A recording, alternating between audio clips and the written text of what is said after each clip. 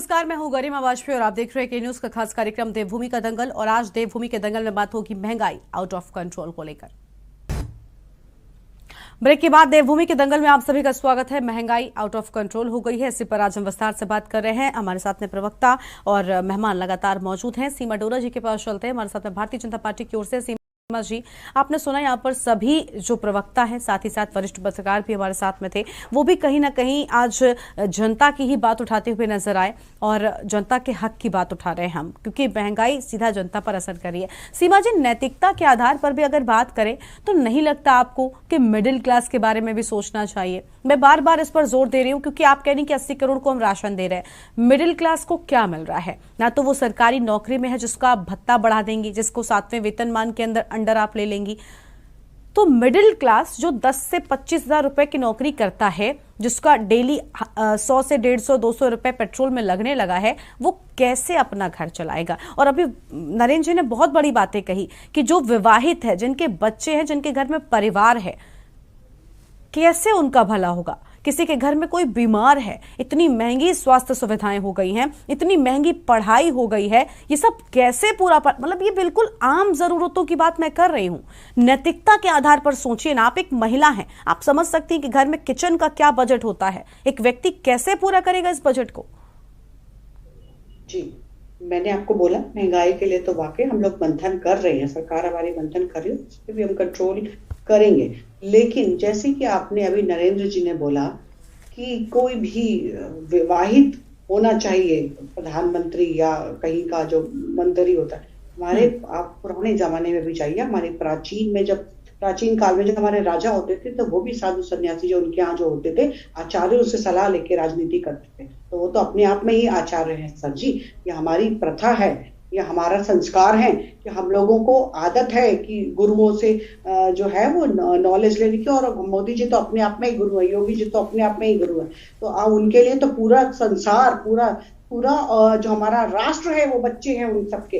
तो आप ये मत सोचिए कि उनको अपने बच्चों की परवाह नहीं है, और बच्चों की परवाह नहीं होती तो आज कोरोना में हर छोटे इंसान से बड़े इंसान तक के बारे में ना सोचते, और अपने देश के बारे में तो सोचो बाहर के बारे में भी ना सोचते। तो वो ऐसे हैं, इसलिए कभी क्रिटिसाइज करिए तो कृपया ऐसे इंसान को मत करिए जो पूरी तरीके से, जिसने अपना जीवन होम कर दिया हो लोगों के लिए, सिर्फ लोगों की भलाई के लिए। तो इतना सोच के करिए। और आगे आते हैं कि जी महंगाई सिर्फ मैं तो कह रही हूँ आपको, अगर महंगाई बढ़ी है तो पूरे देश में बढ़ रही है ना। तो अगर कांग्रेस शासित या आम आदमी पार्टी शासित राज्य है, क्या उन्होंने सस्ता कुछ करके दिखा दिया?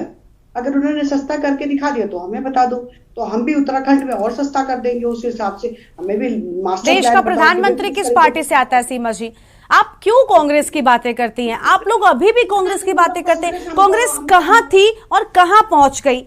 क्योंकि कांग्रेस ने गलत किया इसीलिए ना। अब आप अच्छा कर रही हैं, अपनी अच्छाई की बात क्यों नहीं करती? जब भी आपसे कुछ इस तरह के सवाल किए जाते हैं तो आपकी पार्टी के लोग कह देते 70 सालों से तो ऐसा था। अरे ऐसा था तभी तो आपको लाए हैं ना। अगर हम पे लाए तो विश्वास करिए ना।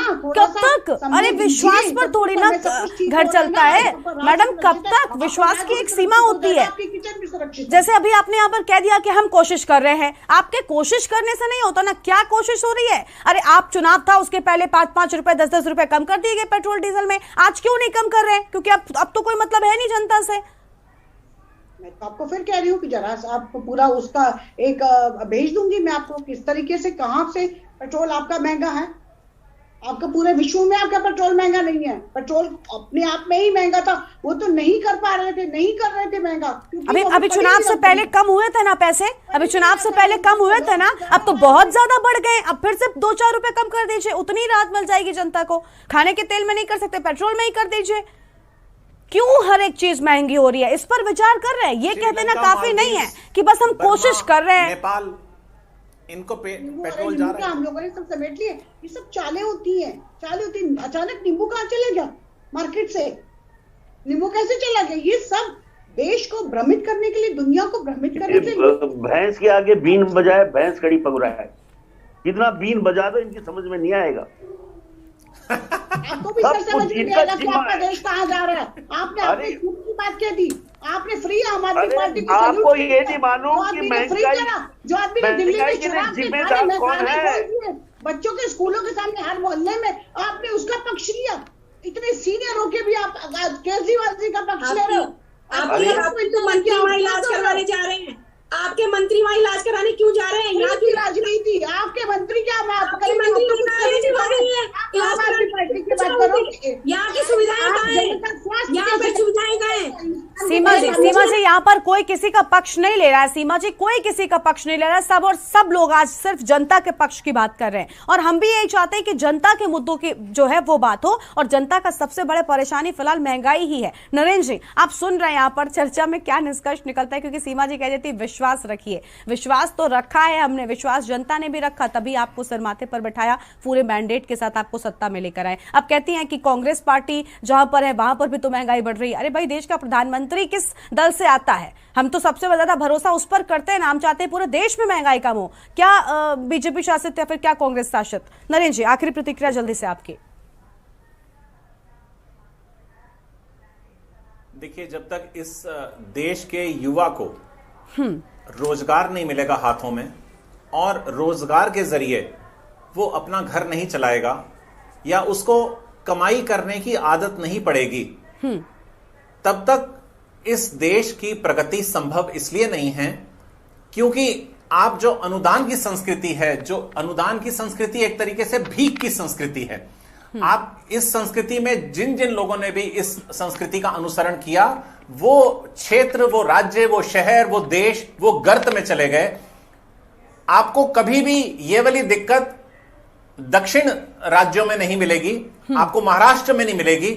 उसका कारण है हर व्यक्ति काम में लीन है। जब आप किसी बेरोजगार के हाथ को काम ही नहीं देंगे तो वो क्या करेगा? और उसके अंदर फिर एक भावना उपजेगी, या तो वो अपराध का रास्ता पकड़ेगा या वो अपने जीवन को अंत करने का रास्ता पकड़ेगा, और या फिर वो ये सोचेगा कि मुझे कैसे अनैतिक कार्यों में पड़ना है। तो इसलिए अगर देश के भविष्य को संवारना है तो देश के भविष्य के लिए हमें एक बहुत खूबसूरत सी समय सारणी देनी होगी और उस टाइम टेबल के अकॉर्डिंग इस देश के युवाओं को ढालना होगा। जी बिल्कुल बिल्कुल, बहुत शुक्रिया नरेंद्र जी आपका। आप सभी मेहमानों को बहुत शुक्रिया। सीमा जी, देखिए, हमें आप पर भरोसा है, पार्टी पर भरोसा है, सत्ता पर भरोसा है। हम यही चाहते हैं कि महंगाई कम हो, क्योंकि जनता परेशान है। ये वही जनता है जिसने आपको पूरा मैंडेट दिया है, आपको सत्ता में वापसी दिलाई है। तो आज के हमारे इस दंगल के न्यूज़ इंडिया, नमस्कार।